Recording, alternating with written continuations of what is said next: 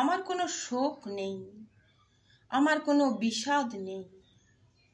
হে কুরুবৃদ্ধগণ, আপনাদের নীরবতায় আমার কোনো ক্ষোভ নেই।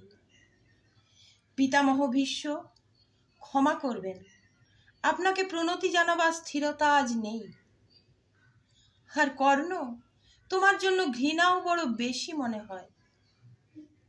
আর হে আমার পঞ্চস্বামী, আর্যাবর্ত বিজয়ী বীর শ্রেষ্ঠ অর্জুন, শক্তিমান ভীম, নকুল, সহদেব আর আপনি ধর্মপুত্র, আপনারা আমার কৃতজ্ঞ অভিবাদন গ্রহণ করুন।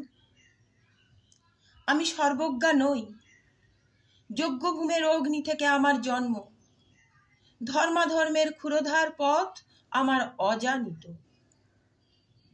আর্যপুত্র, আপনার বিচার তাই আমার পক্ষে ধৃষ্টতা।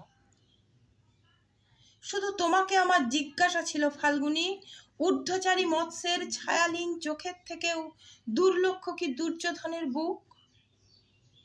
বলো সত্য করে, প্রেম নয় শুধু পৌরুষের আস্ফালনই ছিল পাঞ্চালী বিজয়ের পটভূমি? শোক নয়, লজ্জা নয়, এই রাজগৃহে দাঁড়িয়ে আমি জানলাম প্রেম নয়, অধিকার নয়, নারী শুধু প্রয়োজনের। প্রতিকার চাইছি না, যা শুধু বিলাসের সেই বস্ত্র ছিনিয়ে নেয় যদি কোনো দুঃশাসন নিক।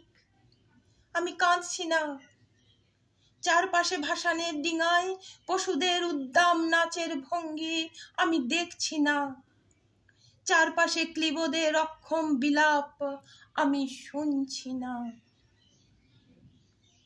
ধনুর্বাণ নেই, আমি ফিরিয়ে আনছি আমার জন্মের স্মৃতি, যজ্ঞের আগুন।